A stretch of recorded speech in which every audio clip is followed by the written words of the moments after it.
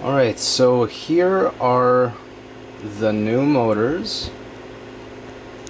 Let's see if I can adjust the camera a wee bit. Maybe get some light on it too. See if that's better. 6374 Hall sensor motors. I'll be driving them with a 56 volt ODrive. I'm super happy with how the mounts turned out. So these motors I ordered from eBay and from China, and I figured they'd take about a month to get here.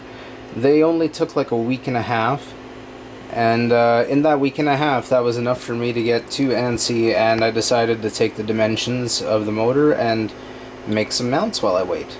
So I redesigned the mount system. You can kind of see it now. There's the bearing on the bottom, and there is the motor mounts. There's a little bit of a slide on them so that if I need to adjust the gears, it will eventually sit. There's going to be matching gears on both axes here, both sides. Let's see if I can show you what this looks like on the inside. So it's kind of an interference mount right now to the sheet metal base of the tank. I've got holes where I can put some screws, bolts through to mount once I'm happy with everything. Who knows, there might be a revision still to this, but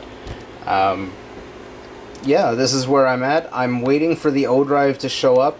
The nanosecond that the ODrive shows up, this tank is going together well enough for me to take it out front and take it for a spin, so let's see what happens. Alright, thanks everybody for the updates. Stay tuned if you want to see more of this and updates on this 3D tank.